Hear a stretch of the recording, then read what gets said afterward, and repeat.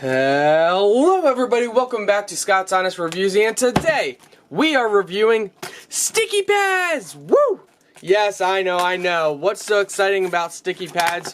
Well, I would have to say the most exciting thing about sticky pads is it helps me to remember a lot of things that I would normally forget.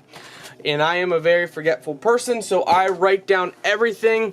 So we are basically reviewing sticky pads. So it's pretty hard to go wrong with sticky pads. We decided to get some colorful sticky pads, and I probably said sticky pads way too many times.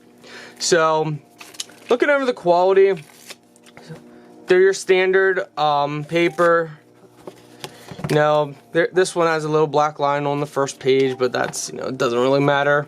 Overall, nice quality, decent price. I can give them a 8 out of 10. I'm going to put them to good use, and they're going to help me remember things such as, hey, don't forget to buy the milk today. If you guys are interested, you can find these sticky pads in my video description. That's my review. Take care, guys, and have a blessed day.